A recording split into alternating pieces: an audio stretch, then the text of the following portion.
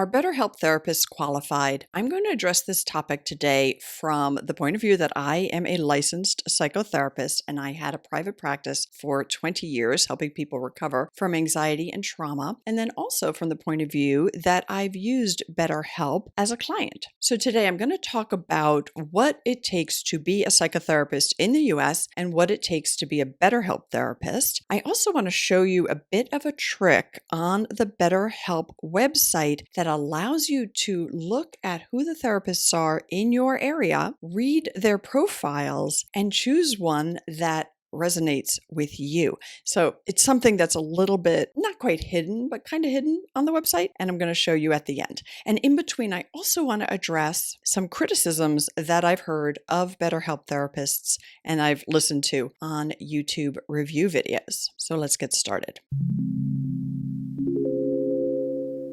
So I first want to make it clear that BetterHelp only hires licensed professionals and they match people with a licensed professional in your own state. Because in the US, we have this rule that the therapist needs to be licensed in the state where you reside. So what does it take to be licensed? Now, obviously that varies a little bit state by state, but I'm going to walk you through what it takes to be licensed in Connecticut, where I live, and then tell you what else is required to be a BetterHelp therapist. So to become licensed, you need a graduate degree in one of a handful of areas. So you could have a psychology PhD or a master's degree in clinical social work or marriage and family therapy or professional counseling. And then once you have your graduate degree, you need 3,000 hours of direct client experience while you are being supervised by a professional who holds the license you're seeking. And you need a minimum of 100 hours of supervision with this person in which you discuss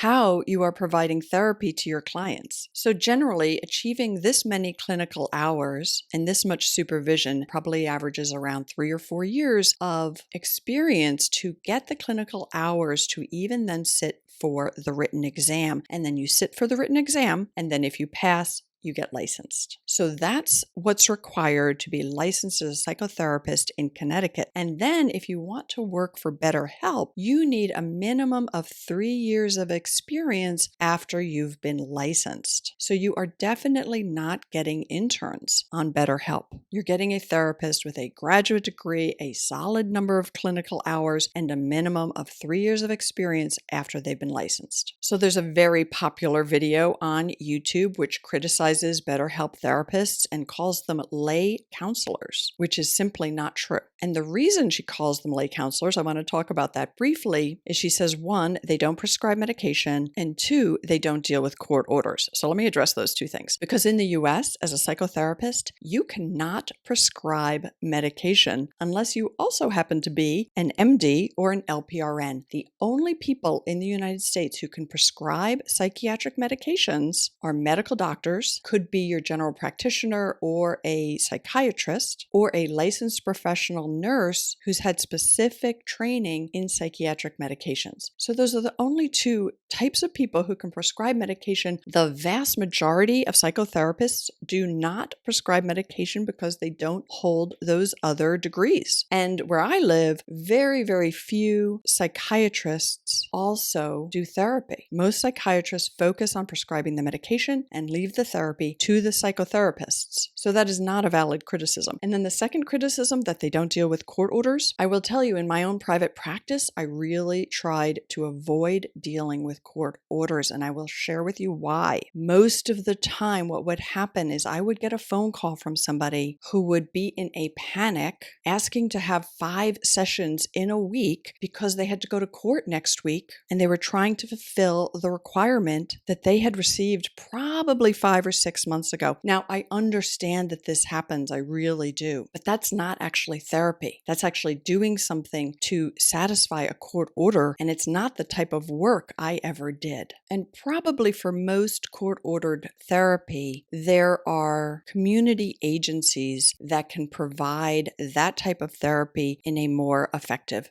manner. So I just wanted to address those two criticisms because I don't feel they're valid. So before I share with you this little trick on the website for BetterHelp in terms of being able to find somebody in your own area that you resonate with, I'd like to say two things. One is that the fit between you and a therapist is super important. And the style of a therapist makes a big difference, how comfortable you feel with them, how safe you feel with them. And you could go to somebody who has a very expensive rate at a private practice and still not be happy with the therapist, right? I've had clients who've come to me after seeing somebody in my area where they were paying a high private practice rate, and they come into my office and they'd say, my prior therapist did nothing but talk about herself. Well, that's not appropriate. So if that happens to you, either with a private practice or a community agency or on BetterHelp, switch therapists. And if a therapist ever does something egregious, you can report it to the state licensing board. So definitely the quality of the therapist varies no matter what their training or background. And you have to find somebody who's a good fit for you. And actually, one of the benefits I feel of the BetterHelp platform is that you have this ability to easily switch therapists. So there's some accountability in that, because obviously if BetterHelp has a therapist and people are always switching away from that person, they get that feedback, right? If you go to somebody in a private practice, who do you tell? And then it's very hard to find reviews unless you get a personal recommendation to a private practice therapist. So I do think that's sort of a benefit of the BetterHelp platform, that you can read reviews, you can write a review, you can provide feedback, and you can switch therapists if you need to. So before I share with you how you can go onto the BetterHelp platform and choose a therapist who resonates for you in your area, I do have a link below this video that provides you with 10% off your first month. I am an affiliate of BetterHelp. I am not a therapist on the platform, and I no longer take on psychotherapy clients, just as an FYI, because I get that question a lot. But I affiliated with them because people all over the country and actually all over the world contact me regularly to say that they don't have access to mental health services. So BetterHelp provides service in 140 different countries, 40 different languages. I'm in alignment with their mission. So there is a link below this video that will give you 10% off your first month. So if you go to the betterhelp.com website, you really don't get the choice up here to put your zip code in and see what therapists are available. You have to scroll all the way to the bottom, and you'll see here, find a therapist. So you can put in any city in the United States. I'm going to choose Baltimore, Maryland. I don't live there. I don't know any therapists there, but I'm just going to try it. And you will get a whole host of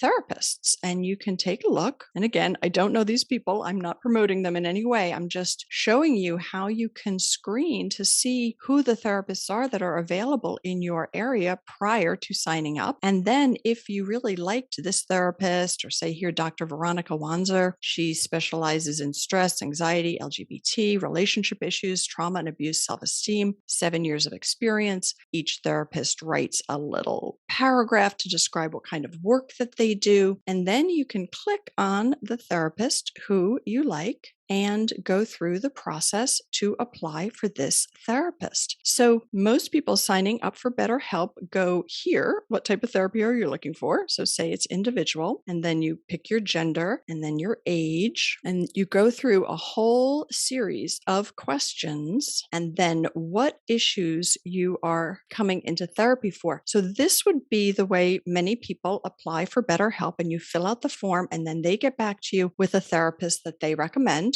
Or you can try the other route. Now, obviously, with the other route, you won't know if that therapist has availability, but it does allow you to really screen for therapists the same way that you would on Psychology Today or any other therapy website. So I think that's a very useful function on the BetterHelp platform. So then I put in Connecticut just to screen through what therapists are available in my area of Connecticut. And I'm just going to click on this person here for a second, Joseph Dickerson. So again, it gives you his personal statement about his focus in counseling. It tells you what his specialties are, what his clinical approaches are. So this person works with cognitive behavioral therapy, has 32 years of experience, works with the messaging, the live chat, the phone, the video, gives you his licensing number in Connecticut, and then you can click Work with Me. So comment below. Let me know if this video was helpful for you. Let me know if you've used a BetterHelp therapist and what you felt, whether you felt they were well qualified or not. And I truly hope this video was helpful to you. If yes, please do give it a like. Please share it with someone you think it may benefit, and subscribe to my channel if you're not subscribed. If you are new to this channel, take a look. I have a wide range of videos on cognitive behavioral therapy, EMDR, and overall